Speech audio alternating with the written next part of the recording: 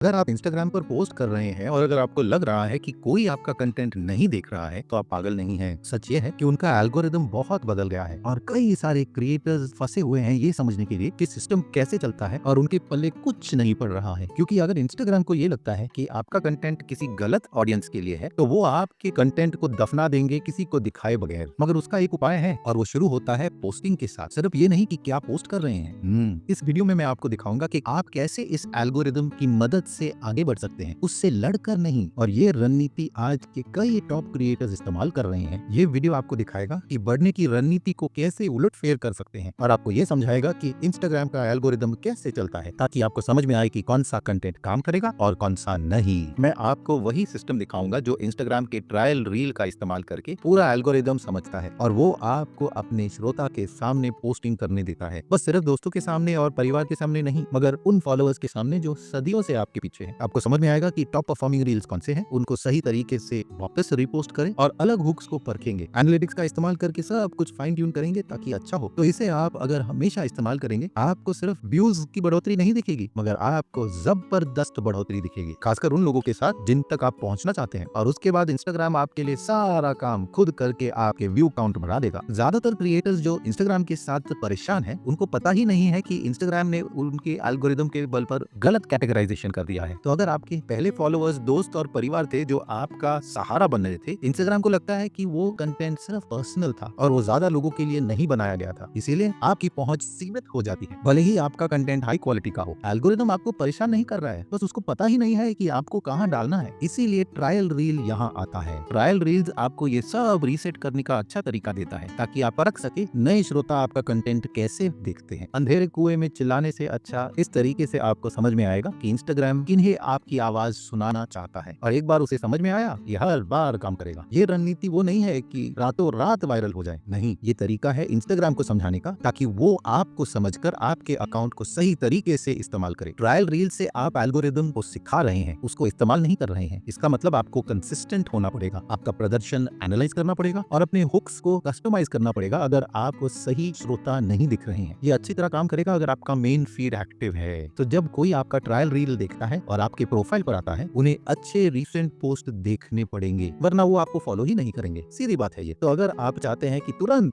ज्यादा लोग आपको फॉलो करें, तो आप मेरी बात समझ नहीं रहे हैं। ये लंबे समय की विजिबिलिटी या तुरंत डोपामिन का हिट नहीं है। तो ये ध्यान में रखिएगा जब आप इस प्रक्रिया का इस्तेमाल करने वाले हैं। तो अब जो ये बात मैंने कह दी है, चलिए कदम दर कदम ये देखते हैं कि ये कैसे करेंगे। मैं आपको ये दिखाऊंगा कि आप वो रील ढूंढिए जो आपके लिए अच्छा काम कर रहा है और उसे कैसे अच्छी तरह रिपोस्ट कीजिए ट्रायल रील की तरह, पेनल्टी के बगैर, और कैसे अलग हुक टेस्ट करके ये देख सके कि श्रोता क्या देख रहे हैं। आप ये भी समझेंगे कि एनालिटिक्स कैसे समझे, सिर्फ व्यूज और लाइक्स नहीं, और इन चीजों पर ध्यान दें जिनसे फर्क पड़ेगा। फिर हम ये भी देखेंगे कि अपने मेन फीड को कैसे एक्टिव करेंगे, ऐसे औजारों के साथ जैसे मिनी चैट, जिससे आपका एंगेजमेंट और बढ़े। हम जो कुछ करेंगे उससे एक ही काम होगा कि इंस्टाग्राम आपको सही श्रेणी में डालकर आपको सही श्रोताओं तक ले जाएगा। चलिए शुरू करते हैं। तो सबसे पहला कदम ये होगा कि आपको अपने इंस्टाग्राम इनसाइट्स पर जाना है और अपने पुराने रील्स को सॉर्ट आउट करना है फॉलोअर्स गेन्ड के बल पर, व्यूज पर नहीं, लाइक्स पर नहीं, ना ही शेयर्स पर। लक्ष्य ये है कि हम ये समझें कि किस कंटेंट ने लोगों को आपकी तरफ खींचा है। रील वायरल भी नहीं गया, कोई बात नहीं, मगर वो सही लोगों को आपकी तरफ लेकर आया, वो आवश्यक है। ये बहुत मूल्यवान है। तो अगर आपके पास पिछले साल का ये डेटा नहीं है, आप सोच समझकर ये कंटेंट का डेटा बना सकते हैं, खासकर ये समझकर कि लोगों ने किस रील की सराहना की थी। इन्हीं रील्स की मदद से आपको एल्गोरिदम को सिखाना पड़ेगा। ये फीड बढ़ाने के लिए नहीं है, बट ये सिग्नल देने के लिए कि आपके श्रोता कौन है। एक बार आपने सही रील्स को पहचान लिया है, तो अभी उसे रिपोस्टिंग करना होगा, पर इसे अपने मेन फीड पर रिपोस्ट नहीं करना है। आपको इसे इंस्टाग्राम के ट्रायल रील विशेषता पर इस्तेमाल करना है। यहाँ वो आपके कंटेंट को टेस्ट ऑडियंस की तरफ भेजेगा, पब्लिशिंग किए बगैर। तो आप इस वीडियो को रिपोस्ट कर सकेंगे उसी कैप्शन के साथ, अगर वो आपके मेन पेज पर लाइव है। इंस्टाग्राम आपको पेनलाइज नहीं करेगा ट्रायल रील के रेपिटेशन पर, तो आप उसी कंटेंट को कई बार इस्तेमाल कर सकते हैं, हफ्ते, महीने,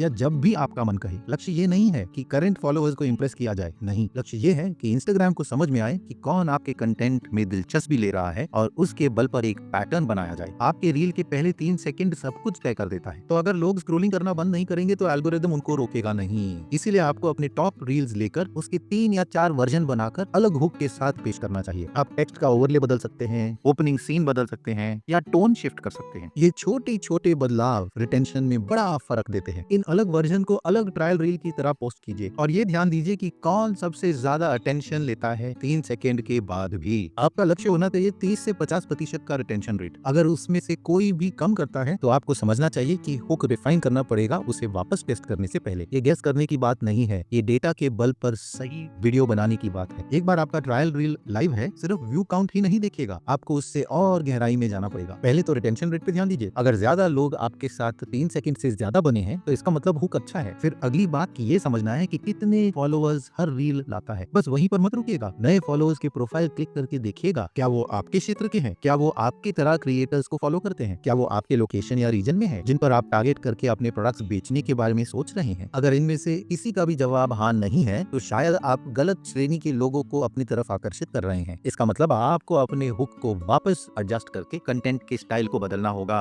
पर ध्यान दीजिए कि आपका मेन फीड एक्टिव रहना चाहिए। तो जब कोई ट्रायल रील के बल पर आपके प्रोफाइल तक आता है, उन्हें वैसा ही पोस्ट मेन रील में दिखना चाहिए, वरना वो चले जाएंगे। वहाँ कन्वर्जन मर जाता है और वो एल्गोरिदम को बताता है कि आपका कंटेंट प्रमोशन के लायक नहीं है। एल्गोरिदम आपको मारने की कोशिश नहीं कर रहा है, याद रखिएगा। आपको ध्यान देना है कि आप सही सिग्नल उसे दे रहे हैं। ट्रायल रील्स आपको एक मौका देते हैं इंस्टाग्राम को समझाने के लिए कि आपका कंटेंट क्या है, तो आपको उसे एक सिस्टम के हिसाब से इस्तेमाल करना है, जुए की तरह नहीं। तो जो क्रिएटर्स इस रणनीति का इस्तेमाल करके बढ़ेंगे वो ट्रेंड और वायरल के पीछे नहीं पड़े हैं, वो टेस्ट चलाकर टेस्ट से सीख रहे हैं और अपने श्रोता उस हिसाब से बना रहे हैं, बस ऐसा वैसा पोस्टिंग नहीं कर रहे हैं। तो अगर आप कंसिस्टेंट रहेंगे और ध्यान देंगे कि क्या काम कर रहा है और अपना मेन फीड एक्टिव रखेंगे, तब अच्छा चलेगा। फिर एल्गोरिदम आपके लिए काम करेगा। और मैं सुनने के लिए बेचैन हूँ कि उसने आपके साथ कैसा व्यवहार किया। अगर आप इससे एक कदम और आगे जाकर ऑटोमेट करना चाहते हैं तो मेरी राय में आपको मिनी चैट का इस्तेमाल करना चाहिए। ये एक कीवर्ड ऑटोमेशन औजार है जहां लोग एक खास कीवर्ड आपके पोस्ट पर डाल सकते हैं या एक डीएम डाल सकते हैं, जिसके बल पर एक ऑटोमेशन ट्रिगर हो जाएगा, जो कुछ भी हो सकता है। भले वो एक लिंक हो आपके कोर्स प्रोग्राम का, या लिंक आपके सेल्स कैलेंडर का, या प्री सिलेक्टेड वर्कफ्लो अलग चीजों का जिसकी बात आप सोच रहे थे, या ऐसे लोगों के लिए जो आपके अकाउंट में रुचि रखते हैं। मेरी राय में नीचे जानकारी में मिनी चैट का लिंक जरूर इस्तेमाल कीजिएगा। वो लिंक आपको इस पेज पर लाएगा। बस आपको वो गेट स्टार्टेड बटन दबाना है, फिर वो आपको मिनी चैट के स्टार्टेड पेज पर ले जाएगा, जहां आप मंच चुन सकते हैं जिस पर आप मिनी चैट लागू करने वाले हैं। ज्यादातर लोग इसका इंस्टाग्राम में इस्तेमाल करेंगे, तो इंस्टाग्राम का बटन दबाइए, उनके साथ अकाउंट बनाइए और शुरू हो जाइए। ये बहुत ही अच्छी सेवा है। ज्यादातर सभी क्रिएटर्स जिनको आप इंस्टाग्राम पर फिलहाल देख रहे हैं, वो इसका इस्तेमाल करके कई ज्यादा कोर्सेज बेच रहे हैं, ज्यादा लोगों को अपने सेल्स कैलेंडर पर ला रहे हैं या उनके साथ एंगेज कर रहे हैं इस जबरदस्त ऑटोमेटेड सिस्टम के साथ। तो इस वीडियो में जिन चीजों की हमने बात की, सब के लिंक आपको नीचे जानकारी में मिलेंगे। इन लिंक्स का इस्तेमाल कीजिएगा। वीडियो मददगार थी तो लाइक और सब्सक्राइब जरूर कीजिएगा ऐसे वीडियोस के लिए, और कमेंट जरूर कीजिएगा अगर वीडियो आपके लिए फायदेमंद थी। याद रखिए नीचे के लिंक्स अफिलिएट है, तो हमें एक छोटा रेफरल फी मिलेगा आपके नुकसान के बगैर। आपका बहुत बहुत धन्यवाद। आज के वीडियो में इतना ही, अगले वीडियो में मिलेंगे। नमस्कार।